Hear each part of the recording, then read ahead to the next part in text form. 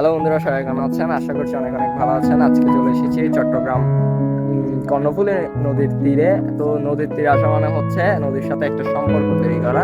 And আজকে আমি একা আসিনি, আমার সাথে আমার বড় ভাই আসছে। একটা ট্যুর দেওয়ার চেষ্টা করছিলাম, তো বড় ভাই যদি কিছু বলে।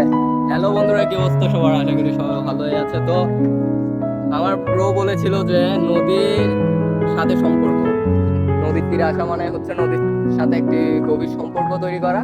তো আমরা 9 এবং 10 এর বইয়ে পড়েছি যে কাপোদক্ষ নদ, কাপোদক্ষ নদ লিখেছেন মাইকেল মধুসূদন দত্ত।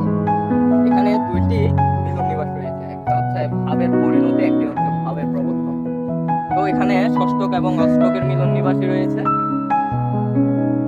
নদীতে আসা, নদীর কিনারায় বসে দৃশ্যটা দেখা, হ্যাঁ, শান্তি প্রকাশ করা একটা মানে নদীর, হ্যাঁ, নদীর যে অনুভবটা, সেই অনুভবটা যদি কেউ ভালো করে নিতে পারে, তার মতো লাকি মানে আর পৃথিবীতে কেউ নেই। তো এটা হচ্ছে আমাদের ফার্স্ট এবং প্রথম ভিডিও, প্রথম শুরুর ভিডিও। দেন সবাই অনেক অনেক করে শেয়ার করে দিবেন, লাইক করবেন, সাবস্ক্রাইব করবেন আমাদের ইউটিউব পেজ শান্ত অ্যান্ড প্রান্ত ব্রো।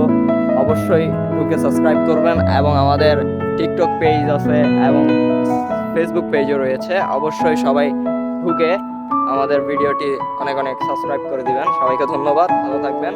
সবাইকে আমি একটা কথা বলতে চাই যে এখানে না আসলে আপনি দেখবেন না যে এই নদীর প্রাকৃতিক সৌন্দর্য কতটুকু রয়েছে, এবং এই নদীর বিকালের যে সানসেটটা, এটি দেখতে মধুর এবং মানানসই সুন্দর, রোমাঞ্চকর।